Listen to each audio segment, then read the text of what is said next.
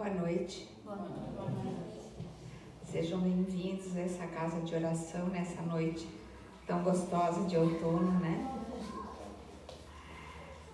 Então vamos iniciar com a nossa prece. Fiquem à vontade, relaxem.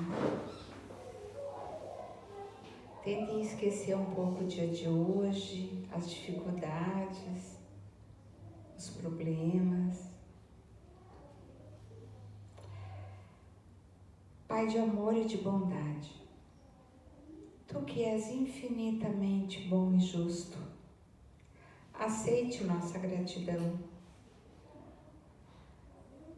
Sabemos que somos pequenos, mas queremos agradecer por todas as oportunidades que temos de aprender, viver, evoluir. Pedimos perdão pelas nossas faltas, que são muitas. Ajude-nos a entender e viver o que o nosso Mestre Jesus nos ensinou. E hoje vamos relembrar as palavras de Paulo em Coríntios 3,16. Não sabeis vós que sois o templo de Deus e que o Espírito de Deus habita em vós?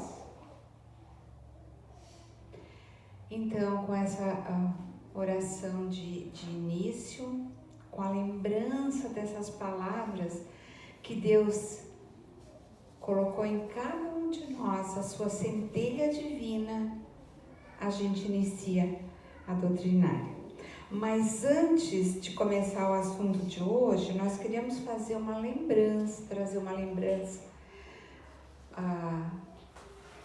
do nascimento, dia 5 passado agora, 5 de maio, do ano de 1927, nascia Divaldo Pereira Franco. Ele acabou de fazer 96 anos de idade. Quando eu vi, eu fiquei até assim um pouco com vergonha quando eu reclamo assim da idade, né? Porque ele com 96 anos, 76 de oratória espírita. Ele já fez seminários e palestras em mais de 70 países. Ele já esteve em 5 continentes, em várias vezes. E ele continua trabalhando. Quer dizer, eu não sei hoje, essa semana, mas até esses dias ele estava trabalhando. É lógico que mais calmamente, né, mas continuava. Chico Xavier dizia que ele tinha uma estrela na boca. Aí ele foi denominado de semeador de estrelas. Ele sempre conclamou uma coisa muito interessante, que é a autopacificação. O que é isso? Às vezes a gente luta, né? Reza pelo país que está em guerra, pelos crimes, né? Para que parem esses crimes, essa violência, esses assassinatos, para que as pessoas parem de brigar. Mas às vezes a gente esquece que a não violência começa conosco mesmo, com a nossa necessidade de pacificação, com a nossa autopacificação. Porque pensem, se cada um de nós se autopacificar, se acalmar o coração e a mente, aos poucos as pessoas vão se autopacificando e não restará ninguém para a violência. É esse o mundo que a gente está esperando, né? É esse o mundo que a gente sonha. Há 75 anos atrás, em parceria com seu fiel amigo Nilson de Souza Pereira, ele fundou a Mansão do Caminho. A Mansão do Caminho está em Salvador, Bahia, e atende milhares de famílias carentes, em vários aspectos.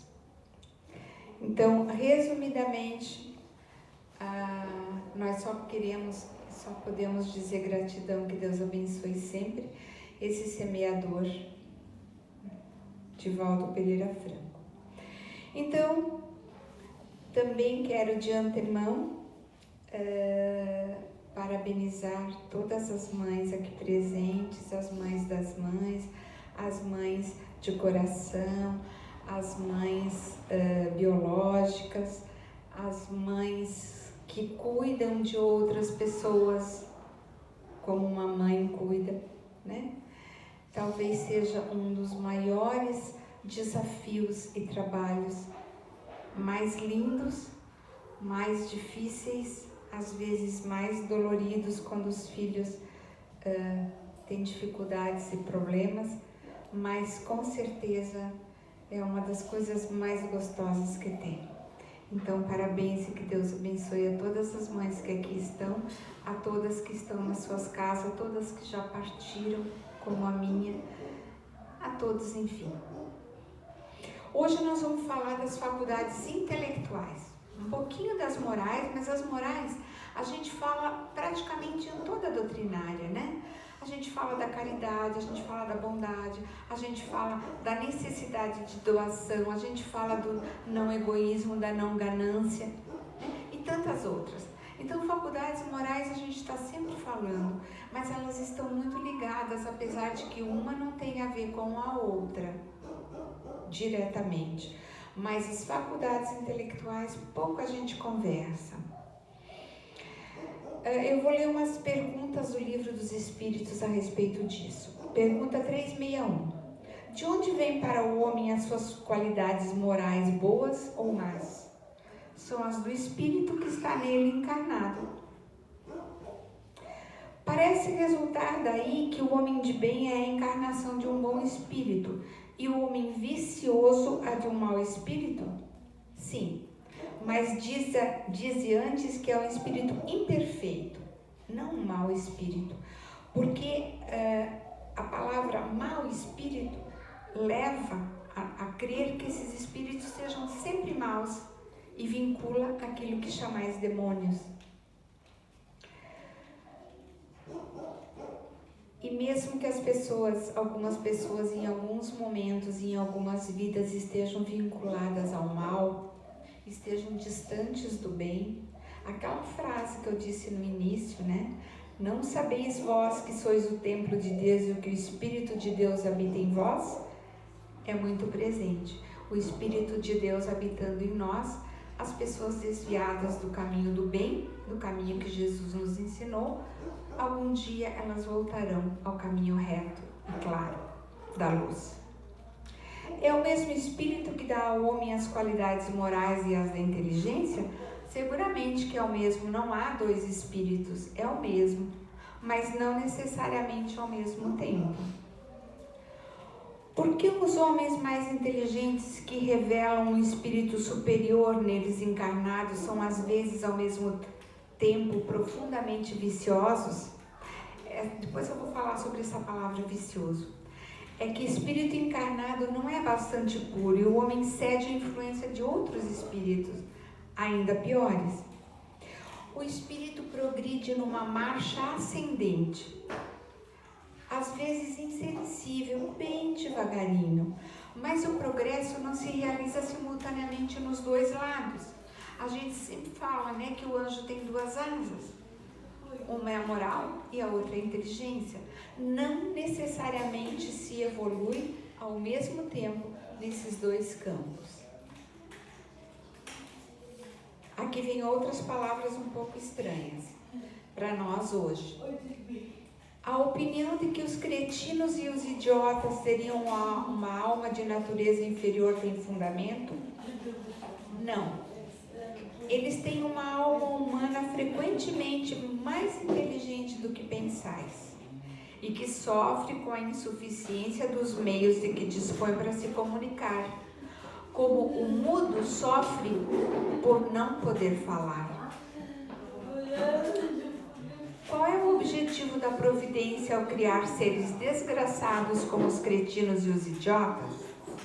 Essas são perguntas do Livro dos Espíritos.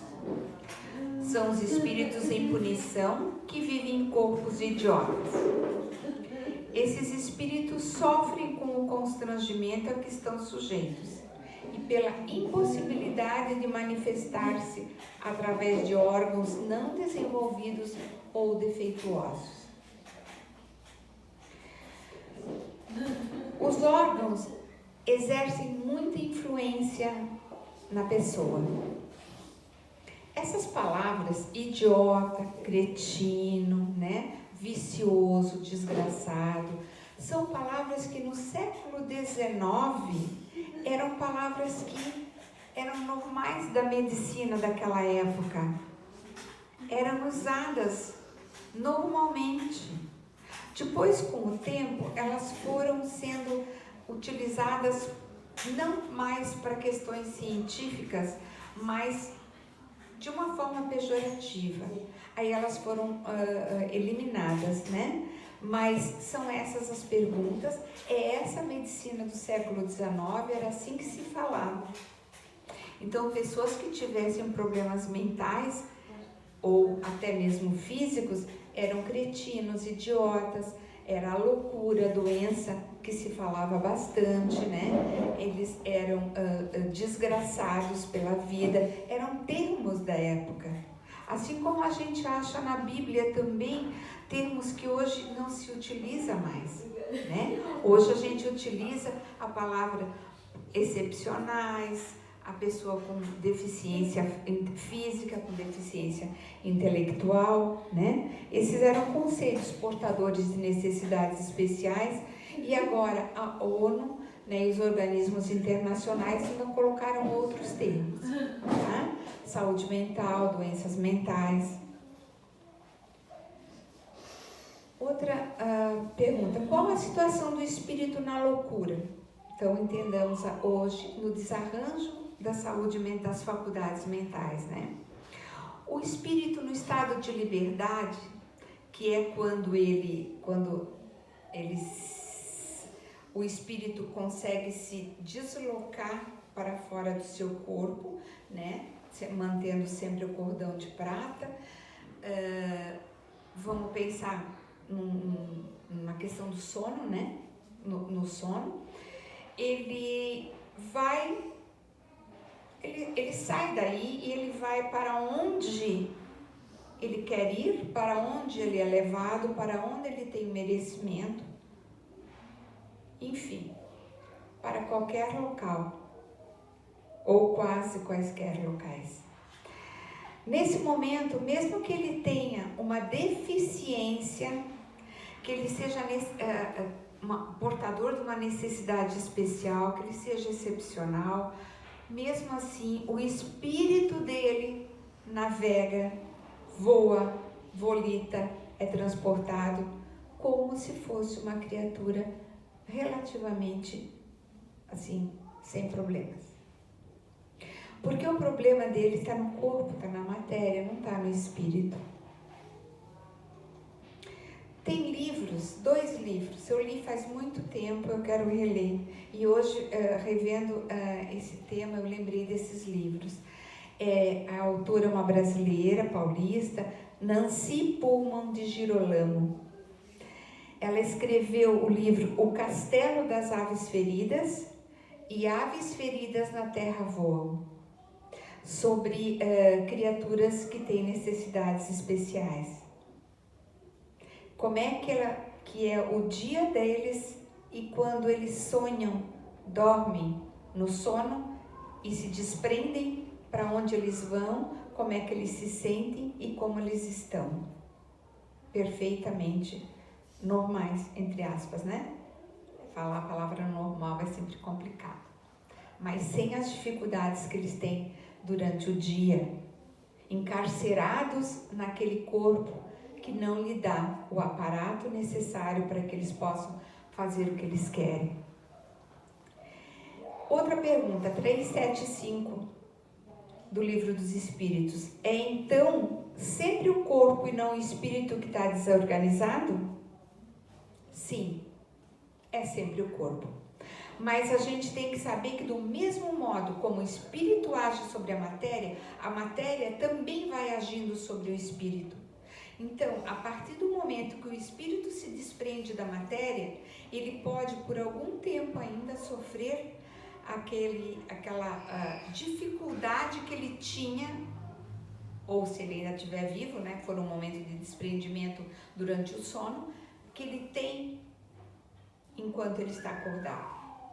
Mas isso depende um pouquinho, com o tempo, com o merecimento, com a ajuda, ele já se torna um espírito sem nenhum tipo de dificuldade física, né, e de intelectualidade.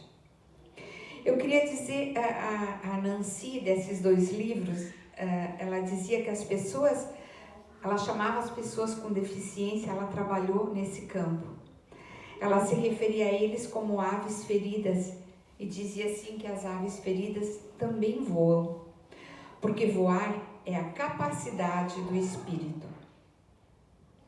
Ela também explicava que para a doutrina espírita só há um caminho.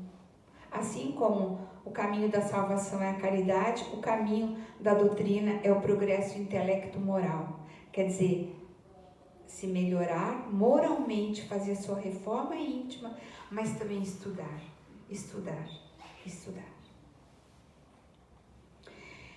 Então, é sempre o corpo e não o espírito que está desorganizado. Encarnar num corpo com deficiências físicas e intelectuais é como passar um tempo na prisão, sem liberdade.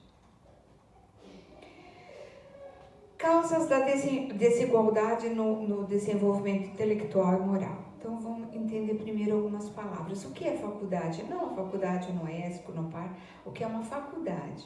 A faculdade é uma potência que a gente tem, inata, tipo sensibilidade, gratidão, né?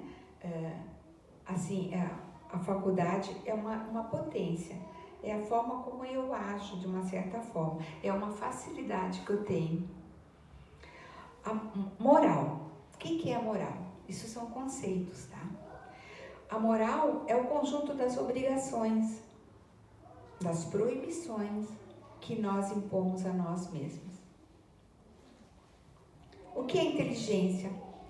É a faculdade de saber resolver um problema, de saber resolver uma dificuldade, de compreender o que é complexo, o que é novo, o que é antigo. E a palavra intelectual se refere, então, à inteligência. E quais são as faculdades intelectuais?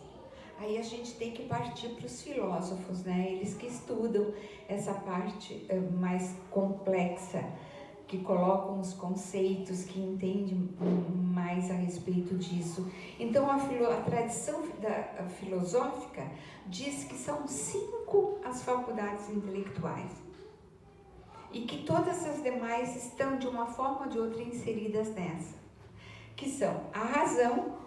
A razão é o pensamento lógico, é o que a gente julga, percebe, compreende.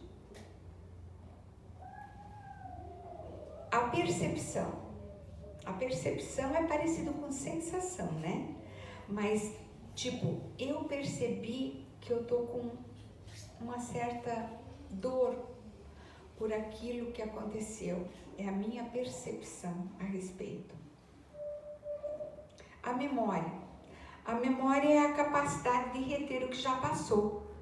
É aquilo que com o tempo a gente vai dizendo, ela não tá muito boa não. Minha memória não está muito boa. Então é a capacidade. Tem pessoas que lembram de tudo, até com uma certa idade. Tem pessoas que naturalmente retêm pouco. Eu falo retém. É um aparente esquecimento, porque nada se perde. Tudo que acontece conosco está guardado. Eu fico imaginando as caixinhas, né? As caixinhas, assim, isso aí já é uma outra faculdade, que é a imaginação, né? Eu fico imaginando as caixinhas com as coisas guardadas da nossa vida. Só que eu não consigo acessar onde é que elas estão. O nosso perispírito, que ele segue o espírito, né? Ele não fica com o corpo quando existe a cessação de vida, ele segue o espírito. Nesse perispírito está criptografado, grafado, tem os pendrive, não sei como que está guardado, mas lá está guardado todas as nossas lembranças, as nossas memórias de todas as nossas vidas. Dizem. E o Espiritismo crê. Mas eu fico imaginando que para mim é mais fácil que em algum lugar tem todas as caixinhas com tudo guardado.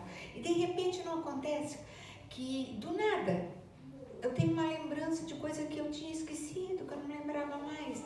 Então de alguma forma eu acessei aquilo, né? Eu acessei, mas não tem uma fórmula mágica de como se faz isso. Então a imaginação, que é uma coisa que as crianças têm muito, que é uma coisa linda e maravilhosa, a imaginação deles é a faculdade de criar essas imagens mentais. E o juízo, gente, o juízo a gente pode entender de duas formas, que é a qualidade da pessoa que age com prudência, ou também é a atuação de julgar, né? Como pode ser medida a inteligência de uma pessoa? Aí a gente entra numa coisa difícil, porque hoje é consenso que a inteligência é uma coisa muito abrangente. Vocês podem ver, as faculdades intelectuais são 5, mas olha como elas são complexas, enormes e abrangem muita coisa, né? Razão, percepção, juízo, imaginação, memória. Então hoje a pessoa inteligente não é só mais aquela pessoa que sabe todo o conteúdo. Hoje também tem a inteligência emocional, não é só o QI, né? Coeficiente de inteligência. Nós temos o QE também, que é o coeficiente emocional. Nós temos as faculdades intelectuais. Então, medir a inteligência de uma pessoa é uma coisa mais complexa do que aqueles testezinhos que às vezes tem na internet. Tá? Então, aqueles lá é só para brincar mesmo. Porque existem no mundo institutos extremamente sérios, né?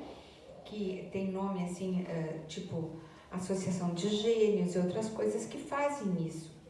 Porque de quando em quando surgem pessoas que são superdotadas. Superdotadas é quando elas têm um coeficiente de inteligência acima da média. Né? Não sei agora exatamente quanto que é o médio, também eu acho que isso não importa, mas nós vimos que esses dias eu estava lendo justamente para isso, mas caiu essa notícia de uma menina asiática de 16 anos que está concluindo o seu PhD. O PhD é o pós-doutorado. Seguindo a linha normal do tempo, né? Uma pessoa que fizesse a faculdade aí pelos 17, 18, depois o mestrado, o doutorado, o PhD, aí pelos 30 anos mais ou menos. E olhe lá, se não parasse, se desse tudo certo. Sendo bem rápido. Mas ela foi passando por crianças com 2 anos que lê, crianças com 5 anos que já estão na faculdade. No mundo afora, existem casos assim. Eles todos pertencem à sociedade britânica, se eu não me engano, né? De gênios e superdotados, são adotados, entre aspas, por esses locais, porque servem para eles estudarem, eles se desenvolverem e também serem estudados. Como é que isso acontece? Não sei. Esses fatos só podem ser explicados pela reencarnação, né? Aí você vê, eu adoro ver o The Voice Kids, porque mostra aquelas criancinhas, 5, 6, 7 anos, tem tenores, tem sopranos, tem vozes incríveis. Alguns dizem, eu nunca fiz uma aula de canto. Ou eu comecei agora a fazer aula de canto. Gente, se eu ficasse a vida inteira tentando, não saía aquilo. Não saía aquele canto. Então, como? Como que pode? Tem aí na internet um menininho, uns dedinhos desse tamanhinho, gente. Como é que consegue? Tocando piano. E não é tocando uma musiquinha qualquer. Música clássica. Porque eles já vêm com bom gosto. Lógico, né? Eles foram treinados para isso. Então, as vidas deles passadas, o treino, e também na espiritualidade, também se estuda. Essa história de que, morreu, vai descansar, é tudo mentira, tá, gente? Tem estudo lá, e bastante. Aí eles vêm já prontos, um corpinho pequeno. Só, mas eles entendem, eles sabem. Então, só o princípio da reencarnação explica isso. Porque nós vamos acumulando, nós não perdemos o que a gente aprende. A gente vai acumulando no chamado passivo espiritual. É interessante, mas tem contabilidade também do outro lado, né? Então, essas crianças, elas vêm com esse talento justamente por um motivo, entre tantos. Alertar. Gente, acordem. Acordem. Existe um mundo além desse que vocês vivem. Tem pessoas que se lembram disso e estão aqui para alertar vocês. E um dia, quando estivermos bem evoluídos, todos nós nos lembraremos um pouco mais. E todos nós saberemos lidar com isso e traremos também, porque tem gente que diz, mas se tem outras vidas, então como é que eu me esqueci de tudo? Porque nós não temos condições de saber. Nós fizemos muito mais o mal, já nas outras, do que o bem. Então a gente não tem condições de ficar sabendo. Mas nós temos sim, se a gente se olhar, a gente tem as tendências, né? Algumas pessoas vêm com um talento muito bom para ciências exatas, outras como eu quis ir para a área da saúde, porque era a coisa que eu mais gostava e gosto. Então, a gente tem os nossos talentos, só que eles não são tão aflorados que nem dessas crianças.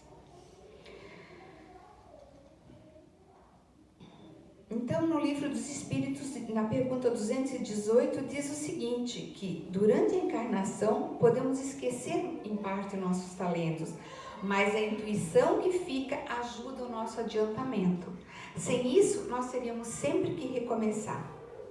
A cada nova existência, é a mesma coisa que fazer a primeira série, terminar, fazer de novo, terminar, fazer de novo, né? Então, a gente não está fazendo isso.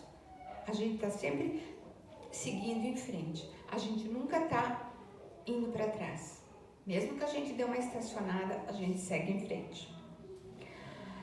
Mas também tem um outro lado. Pessoas que desde criança nasceram numa condição ruim em termos, com deficiências, né, físicas e mentais.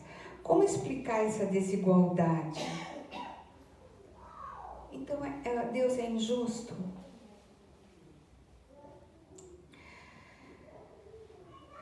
Tem gente que tem dificuldade de entender isso, mas é muito importante que nós que cremos, estudamos, praticamos, seja qual for, ou apenas sejamos curiosos, que a doutrina espírita diz exatamente, reitera aquilo que Kardec disse, e que Jesus disse, né? A cada um segundo suas obras.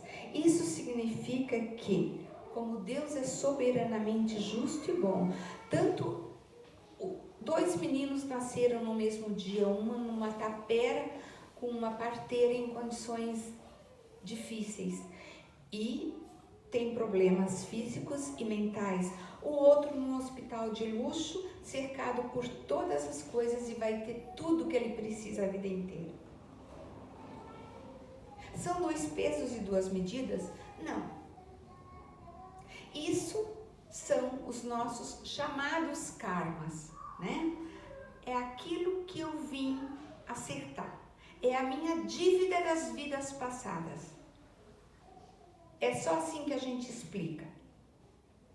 É uma explicação com razão e lógica.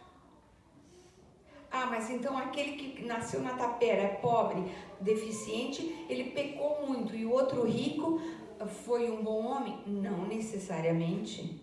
Não. São escolhas que muitas vezes nos é ofertada na espiritualidade. Alguém pode escolher ter uma vida bem difícil, ter problemas físicos, problemas mentais, para pagar a sua dívida, que ou ela é grande ou quer pagar mais rápido. Então escolhe uma vida difícil. Por outro lado, a riqueza também não é uma coisa fácil de ser administrada. Muitas pessoas que têm demais querem mais ainda. Vem a ganância, vem a corrupção, vem o egoísmo. Então, às vezes, também tem dificuldade de passar pela porta estreita. Então, nós não podemos, nós temos que ter o juízo para nos julgarmos, mas não julgar o outro, a vida do outro, o momento do outro. Porque ninguém sabe por que um João nasceu de um jeito e o outro João nasceu de outro jeito. Mas cabe a nós amar, aceitar e acolher a todos.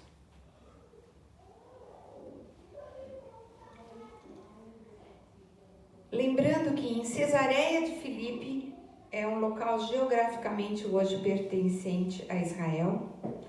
Após interrogar seus discípulos acerca do que diziam os homens a seu respeito, Jesus declara: porque o Filho do Homem virá na glória de seu Pai, com os seus anjos, e então dará a cada um segundo suas obras. Mais uma vez, ratificando, dizendo que é a lei do merecimento, é a lei de causa e efeito. O que define a nossa sorte futura, que não é sorte, é escolha, né? Não é a fé, não são as palavras, mas sim os atos. Não adianta ficar com o terço na mão rezando o tempo inteirinho, ir à missa, ir não sei aonde todo dia, e não fazer nada pelo seu semelhante. Melhor é não acreditar em nada e ser uma pessoa boa e ajudar o outro e fazer a sua reforma. De nada adiantam palavras vãs, vazias, quando elas não têm a ação. Qual é a missão do homem inteligente na Terra? O Espírito Ferdinando, em mensagem transcrita no capítulo 7 do Evangelho, diz que a inteligência é rica de méritos para o futuro, mas com a condição de ser bem empregada. Se todos os homens dotados se servissem dela seguindo os desígnios de Deus, a tarefa dos espíritos seria fácil no sentido de a humanidade avançar. Porque inteligência não significa que a pessoa é boa. Quantas inteligências incríveis usadas para o mal. Quantos donos de empresa que sacrificam os trabalhadores? Lá na Amazônia, quantos donos das mineradoras que estragam o meio ambiente e matam os índios? Hitler, com a sua inteligência, Stalin, mataram milhões de pessoas. A inteligência é neutra. Ela só é boa quando acompanhada por uma certa evolução moral. Senão ela é neutra. Ah, mas aquela pessoa tão inteligente, como é que vai me fazer uma bobagem dessa? Ela é inteligente. Não quer dizer que ela é evoluída moralmente. São duas coisas distintas. Podem estar juntos, mas podem não estar. E é muito interessante que num desses livros, Obras Póstumas, Allan Kardec ensina-nos que as sociedades sempre precisaram de líderes e que a melhor forma de sociedade seria uma em que seria chamada de governança intelecto-moral. Ou seja, os governantes devem ser inteligentes e de moral elevada para se posicionarem acima dos interesses pessoais e de grupos e se lançarem ao alcance do bem comum. Mas para isso, os homens que escolhem essas governanças também têm que ter um certo intelecto avançado e uma moral boa para poderem acharem o trigo no meio do joio. Voltando à questão das pessoas portadoras de necessidades especiais, observando uma pessoa excepcional, a gente nota que os órgãos dela não dão condições para que ela empregue as suas faculdades. Mesmo que ela faça todos os esforços, ela não consegue. E o Evangelho fala bastante de uma frase. Quando o mestre fazia curas, o que ele dizia? Vá e não peques mais. Porque o erro atrofia o nosso espírito, as faculdades do nosso espírito. Se as vestes materiais precisam ser lavadas, as do espírito também, e é através da educação, da instrução e da melhora das condições morais. Se o homem quer se livrar das deficiências, em alguma das encarnações, ele não deve usar a inteligência para deturpar a verdade, nem para combater. Porque amanhã ele pode ter toda a inteligência, mas um corpo material que não lhe favorece utilizá-lo. Isso, novamente, não significa que as pessoas que têm necessidades especiais tenham sido usuários da inteligência de uma forma errônea. Não. A gente nunca sabe por que uma pessoa nasceu rica, nasceu pobre, nasceu doente, nasceu com necessidades especiais, nasceu no Brasil, na Ásia, na África, na Europa. A gente não sabe. Hoje a gente ainda não sabe. Então a gente não deve julgar.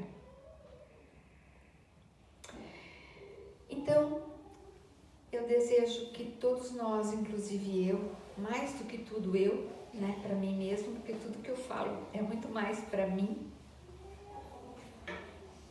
que nós nos compadeçamos de nós mesmos, amando e servindo, compreendendo as leis da natureza, as leis divinas, as leis humanas, para que estejamos sempre protegidos.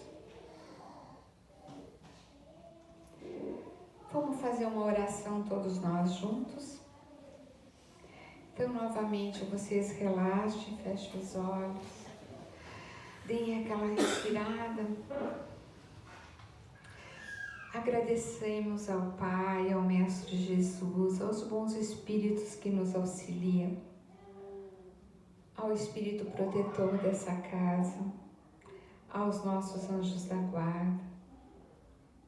E como eternos pedintes, pedimos saúde, proteção e muita luz para entender, Pai, teus desígnios. E seguimos no caminho reto, evitando atordoamentos desnecessários, evoluindo nos aspectos moral e intelectual, para que o mais próximo possível possamos viver num mundo mais evoluído que está chegando, que é o da regeneração.